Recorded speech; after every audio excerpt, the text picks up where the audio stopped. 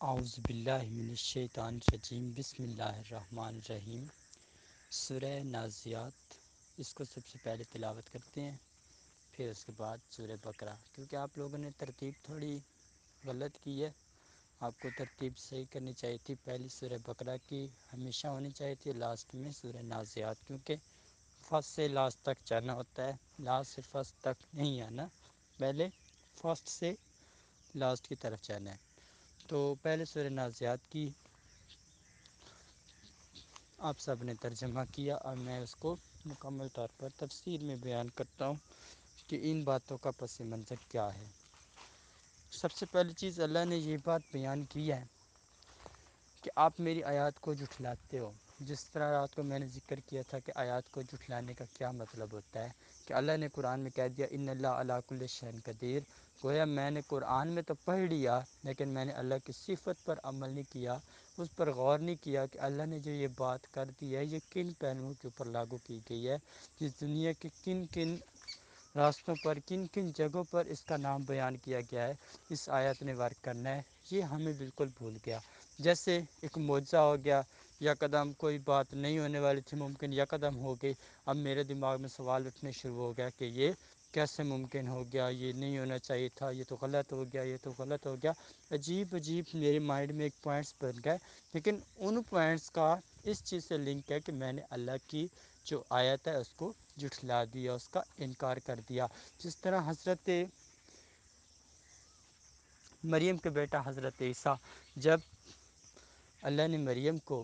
پاک اولاد عطا کی تھی تو لوگ شک پر پڑ گئے تھے، اور لوگ عجیب عجیب سوال کرنے لگ گئے تھے مریم سے۔ تو جب مریم نے رب کی طرف فریاد کی تو اللہ نے کہا کہ مریم تم خاموش رہو، میں خود ان سب کو بتا دوں گا۔ تو ایک بات سوچنے کی ہے کہ یہ تو واقعہ قرآن کا ہے، سورہ مریم قرآن پاک کا واقعہ ہے، اور اس کے اندر رب نے اس چیز کا ذکر کر دیا کہ ان اللہ علی کل شیء قدیر، میں جو چاہوں کر سکتا ہوں، کوئی مجھے روک نہیں سکتا، میں ہر چیز پر قدرت رکھتا ہوں، میں ہر چیز کو بہتر طریقے سے بنا سکتا ہوں، جوڑ سکتا ہوں، سب کچھ کر سکتا ہوں۔ اور یہ آپ لوگوں کی فہم و گمان ہے کہ میں کوئی بڑی طاقت کا مالک نہیں ہوں گا، یہ وہ، تو یہ بات نہیں ہے۔ اپنے رب کی طاقت پر فخر کرنا چاہیے کہ ہم اس رب کے بندے ہیں کہ جو اتنا بڑا مالک ہے، اتنا بڑا مہربان ہے، اتنے لوگوں کو اتنے بڑے بڑے گناہ معاف کر دیتا ہے، بڑی بڑی سزائیں معاف کر دیتا ہے، وہ کتنا کریم ہے۔ ہم کو اس کے کرم کی طرف دیکھنا چاہیے، اس کے غضب سے ڈرنا چاہیے۔ جو بندہ رب کا غضب دیکھنے کی وش کرتا ہے تو وہ دیکھا کرے، وہ رات کے کسی لمحے میں جا کر کوئی چھوٹی سی ایک عبادت کیا کرے، اور اس کے اندر جو اس انسان کے دل میں خوف و ہراس آئے گا تو وہ ایک چھوٹا سا صرف ایک راز نکتہ ہوگا کہ اس کو دکھایا جائے گا کہ رب کا غضب اتنا ہے، صرف اس بندے کو اس چیز کی پہچان کروائی جائے گی، کیونکہ ان لوگوں کو نہیں بتایا جائے گا جو سرکشی کا شکار ہیں کہ آگے مصیبتیں آنی، عذاب آنے ہیں، قبر میں کیا ہونا ہے کیا نہیں ہونا۔ یہ صرف ان لوگوں کو بتایا جائے گا جو رب کی سچے طریقے سے بندگی کریں گے، اور پھر رات کے کسی لمحے میں جا کر کوئی بھی عبادت کر کر دعا کریں گے تو اللہ تعالیٰ ان کو یہ سارے حقائق ضرور آگاہ کرے گا کہ اس میں یہ حقائق ہیں، اور یہ سارا قیامت کا نظام ہے، یہ پروسیس ہے، وہ اس چیز سے آگاہ کرے گا۔ لیکن صرف سوائے اس کے جو مکمل طور پر گندا نہیں ہوگا، خراب نہیں ہوگا، بلکہ اچھا ہوگا۔ جتنے لوگ ہوں گے،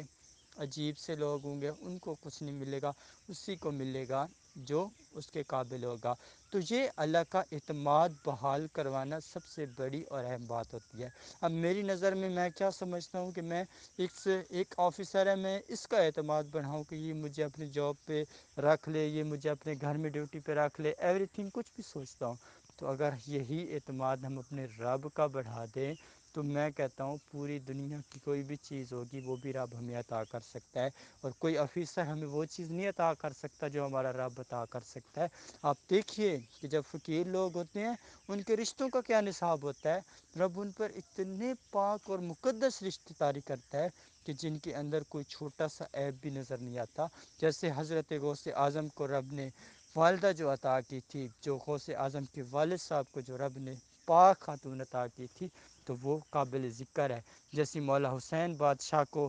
عمرال قیس کی بیٹی عطا کی گئی تھی، تو وہ بڑے قابل ذکر باتیں ہیں۔ تو یہ انسان کی مقام پر ڈیپینڈنٹ ہے کہ اس انسان کا مقام کیسا ہے، اس انسان کا اپنے رب کے ساتھ تعلق کیسا ہے، وہ کتنا اس کی مخلوق کے ساتھ ہمدردی رکھتا ہے۔ جس طرح آپ سوچتے ہو نا کہ کوئی آپ سے پیار کرتا ہے، کوئی آپ کا فرینڈ ہے، آپ سے بہت دل سے محبت کرتا ہے، تو وہ آپ کے لیے وہ چیز سلیکٹ کرتا ہے جو اپنے سے بھی اچھی ہوں گی۔ اس کی سب سے بڑی وجہ کہ وہ اپنی محبت کا آپ کو یقین دلانا چاہتا ہے کہ میں آپ سے سچی اور پکی وفا کرنے کی وش کرتا ہوں۔ تو اسی طرح رب بھی اپنے خاص کے لیے خاص انعام رکھتا ہے اور اس کو ہر چیز عطا کرتا ہے مکمل طور پر، اس کو ایسے اپنے خاص انعامات نوازتا ہے، مکمل طور پر اس کے لیے وہ چیزیں رکھتا ہے جو دنیا کے باقی لوگوں کے لیے نہیں ہوتی۔ خاص لوگوں کو خاص تحفے ملتے ہیں کیونکہ وہ لوگ اپنے سر دھڑ کی بازی لگاتے ہیں، اپنے رب کی بارگاہ کے اندر جا کر سجدہ ریز ہو جاتے ہیں، جھک جاتے ہیں، رب کے سامنے جا کر فریادیں کرتے ہیں، رب کے سامنے اپنے دکھ نہیں بولتے، رب کے سامنے دنیا کے دکھ سناتے ہیں، دنیا کی تکلیفیں سناتے ہیں۔ آج فلاں یہ تکلیف میں تھا، فلاں اس تکلیف میں تھا، آج فلاں نے یہ ظلم کیا، آج فلاں نے یہ کام کیا، تو وہ ہر بات اپڈیٹ کرتا ہے۔ اور اس کے بعد پھر رب اس انسان کے معیار کے مطابق اس انسان کو وہ چیزیں دیتا ہے جو اس کی سوچ میں بھی نہیں ہوتی۔ جو فقیر ہوگا اس کے پاس دنیا کی کمی نہیں ہوگی، جو امیر ہوگا اس کے جاننے والے بہت کم ہوں گے، اس کو پہچاننے والے بہت کم ہوں گے۔ اس کی سب سے بڑی وجہ کہ اس انسان کا جو معیار ہے وہ بہت قوی کمزور ہے، اور اس کمزوری کی وجہ سے رب اسے بہت ساری چیزوں سے محروم کر دیتا ہے، اسے کوئی بھی چیز حاصل نہیں ہوتی۔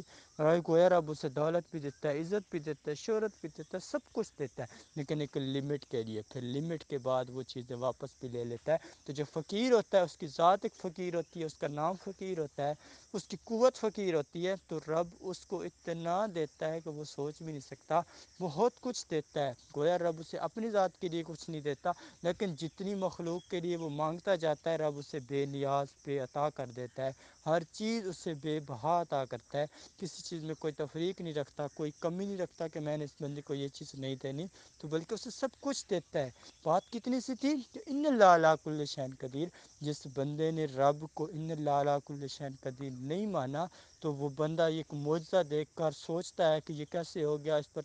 تحقیق ہونی چاہیے، یہ کیسے ہو گیا، یہ جو اس بارے میں چلتا ہے، جو بندہ یہ سوچتا ہے کہ اللہ کیا ہے، اللہ کے بارے میں حقائق جانو، یہ کرو وہ کرو، تو یہ بھی سوچ بالکل غلط ہے۔ آپ اپنی سوچ کو اس نقطے تک رکھو جہاں تک آپ کا مقام ہے۔ آپ کا مقام جب اتنا شارٹ ہے، جب آپ دنیا میں عزت نہیں پا سکتے، تو آپ اپنے رب کے قریب، رب کے سامنے جا کر منہ کھا کے کیسے ایک بات کر سکتے ہیں؟ کیوں رب اپنا پیغام نبیوں کے ذریعے بھجواتا رہا، کیوں رب اپنا پیغام نبی اپنے صحابہ کے ذریعے بھجواتے رہے، کیا سے کیا کیا گیا؟ اس کی سب سے بڑی وجہ یہی تھی کہ جو رب کے اہل نہیں تھا، جو رب کے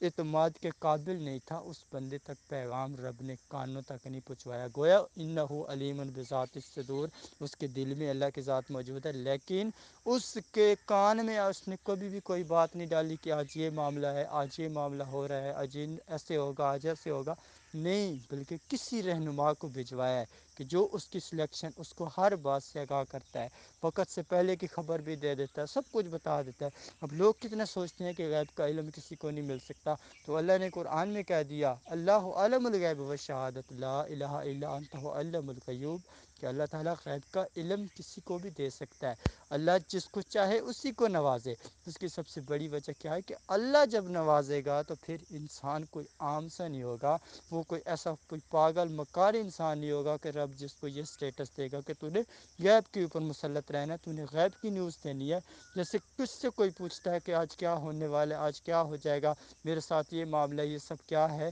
عملیت ایک ایسا فیلڈ ہے جس میں کوئی یقینی بات نہیں ہے، کوئی سچی بات نہیں ہے کہ میں کہوں کہ یہ مسئلہ، یہ مسئلہ، یہ مسئلہ۔ اس کی سب سے بڑی وجہ کہ عملیت کے اندر رب جو اس بندے کو رب عطا کرتا ہے، اس کو اس طریقے سے عطا کرتا ہے کہ وہ انسان کا ایک زبان سے لفظ بولنے سے پہچان لیتا ہے کہ اس بندے کی لائف کیا ہے، اس بندے کا نظام زندگی کیا ہے، یہ بندہ کیا ہے۔ جو بندہ عامل ہوتا ہے اس کی سوچ اپنے عمل تک ہوتی ہے، اپنی کتاب تک ہوتی ہے، وہ بندہ وہی بولے گا جو کتاب اس کو بولے گی، وہ اپنے عقل سے عاری ہو جاتا ہے، مکمل اس کا شعور کھو جاتا ہے، وہ صحیح ہوگا یا غلط ہوگا، جو اسے کتاب بتائے گی وہ وہی بات کرے گا۔ تو ایسے کام نہیں بنتا، بلکہ سچ بیان کرنا چاہیے، حق بیان کرنا چاہیے، عقیدت پہ چلنا چاہیے۔ مکمل طور پر ان آیات کے اندر اس بات کا ذکر کیا گیا۔ اب جو اگلی آیات ہیں ان کے اندر رب نے عذاب کی طرف اشارہ کیا کہ جب میں ان کو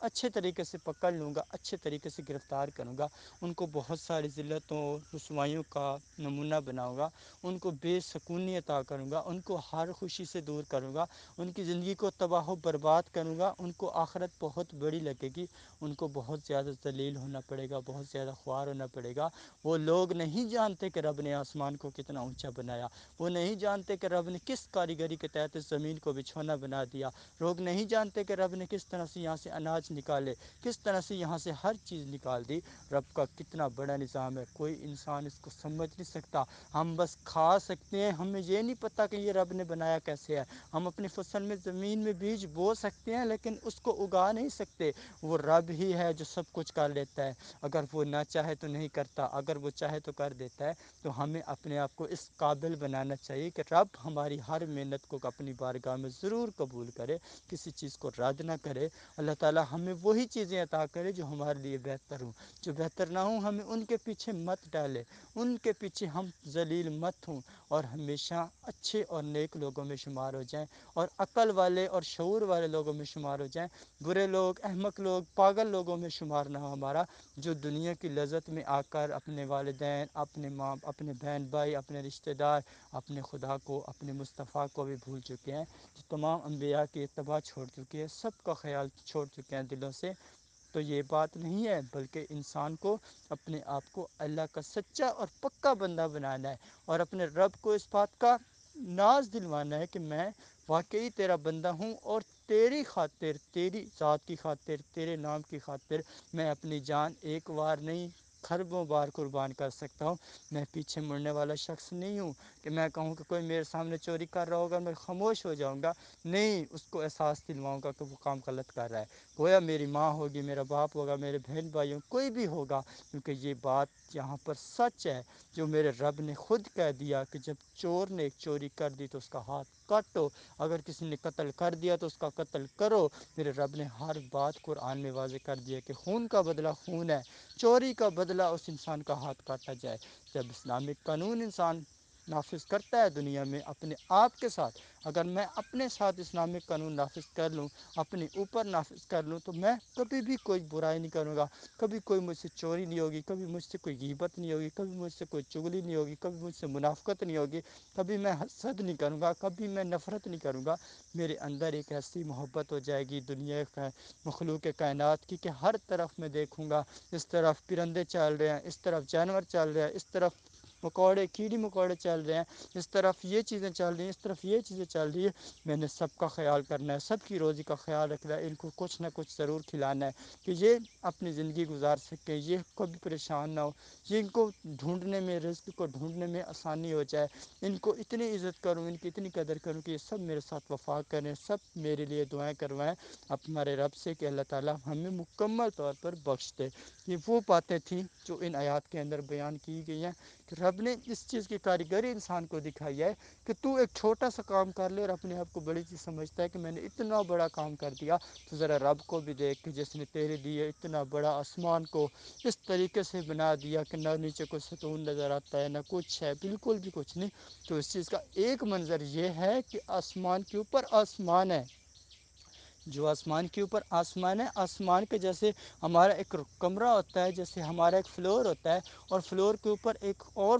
مطلب کہ ہوتا ہے روم، تو اس طریقے سے ہمارا نظام ہے کہ ایک فلور ہے، جو مطلب ہمارا اوپر والا آسمان ہے جو ہمارے سنوں کے اوپر ہے، وہ ایک فلور ہے، وہ ایک زمین ہے، اور اس کے اوپر آسمان ہے جن کو 7 آسمانوں کا نام دیا گیا ہے۔ 7 آسمان اوپر رب کی ذات موجود ہے، چوتھے آسمان پر حضرت جبرائیل سدرۃ المنتہا کا مقیم موجود ہے۔ تو اتنی شان والے فرشتے، اتنی شان والے رب کی قوتیں، اتنی شان والے رب کی عطائیں۔ اب کبھی آپ لوگوں نے سوچا ہے کہ یہ بارش کہاں سے برستی ہے؟ کس طرح سے میرے رب نے سورج کو ایک جگہ پہ کھڑا کیا، کس طرح سے چاند کو کھڑا کیا، کس طرح سے ستاروں کو جوڑا، کس طرح سے بادلوں کو جوڑا، کس طرح سے ہواؤں کو جوڑا، کتنا بڑا اور عالیشان نظام بنایا جو انسان سوچ کر بھی نہیں سوچ سکتا، جان کر بھی نہیں جان سکتا کہ یہ سب کیا ہے۔ اگر ہم اپنے رب کی اس کاریگری کو دیکھ کر اتنے خوش ہو جاتے، اپنے رب کا شکر ادا کرتے اپنے رب کے ساتھ سچی اور پکی محبت جوڑ لیتے، تو میرا ایمان تھا کہ ہم بھی اتنے عالیشان بنتے، اتنے اچھے بنتے، اتنے فیض والے بنتے کہ دنیا ہمارے دروں پہ آتی، ہمارے دروں پہ آ کے سوال کرتی، اور ہم ان کو بے پناہ نوازتے، ان کو ہر چیز عطا کرتے، جس سے ہمارا رب ہماری دنیا بھی اچھی کر دیتا، آخرت بھی اچھی کر دیتا۔ یہ وہی بات ہے کہ جیسے ہم نے رب کی نعمتیں دیکھی، رب کی ساری قوتیں دیکھی، لیکن ہم نے نہ شکر کی، ہم نے ظلم کیا اپنے ساتھ، ہم نے اپنی جانوں پر ظلم کیا۔ جب ہم اپنے آپ کے ساتھ ظلم کریں گے، کیوں کہتے ہیں کہ جو بندہ اپنے ساتھ وفا نہیں کرتا وہ میرے ساتھ کیا وفا کرے گا؟ انہی آیات کی وجہ سے علامہ اقبال نے یہ کہا تھا، من میں ڈوب کے پا جا سراغ زندگی، اگر تو میرا نہیں ہوا اپنا تو بن جا۔ تو سب سے بڑی چیز یہ ہے کہ جب انسان کے اندر وفا نہیں نظر آتی، جب آپ کا ایک دوست ہو، آپ کو اس دوست کے اندر وفا نظر نہیں آتی، تو آپ اس کا راستہ چھوڑ دیتے ہو کہ یہ تو بے وفا دوست ہے، یہ تو بے شعور دوست ہے۔ تو اسی طرح سے کہا جاتا ہے کہ جب رب بھی دیکھ لیتا ہے کہ جو بندہ اپنے ساتھ اچھا نہیں کر سکتا، اس نے میرے ساتھ کیا اچھا کرنا ہے، تو یہی وہ چیز ہوتی ہے کہ جو انسان کو تذلیل سے ذلیل کی طرف لے کے جاتی ہے، برباد کر دیتی ہے، ویران کر دیتی ہے، اس کی ساری خوشیاں چھین لیتی ہے، اس کا سکون ختم کرتی ہے، اس انسان کو بے بس لاچار کر دیتی ہے۔ تو یہ وہ چیزیں تھیں جو ان آیات کے اندر بیان کی گئی ہیں۔ پھر جو اگلی آیات کے اندر رب نے مکمل عذابات کا ذکر کیا ہے کہ کس طریقے سے عذاب آئے گا، کس طریقے سے گھیرا جائے گا، کس طریقے سے بربادی کی جائے گی، کس طریقے سے ہر طرف فناکاریاں کی جائیں گی۔ تو اللہ تعالی ہم سب کو ایسی چیزوں سے بچنے کی توفیق دے، اور مکمل طور پر صحیح معنی اسلام پر عمل کرنے کی توفیق دے، اور حق اور سچ کا ساتھ دینے کی توفیق دے۔ اللہ تعالی ہم سب کی دعاؤں کو اپنی بارگاہ میں قبول کرے۔ ان آیات کے اندر جو کچھ بیان تھا وہ آپ سب کے سامنے میں نے بیان کر دیا۔ آپ سب لوگ محبت اور عقیدت سے اس چیز کو سنیے گا، اس کو غور کریے گا، اور اپنے تمام دوستوں، بھائیوں، ساتھیوں سے شیئر کیجیے گا۔ اللہ تعالیٰ آپ سب کو مکمل طور پر ان چیزوں پر عمل کرنے کی اور صحیح طریقے سے ان پر اپنی لائف کو سیٹ کرنے کی توفیق عطا کرے۔ وما علینا الا البلاغ المبین۔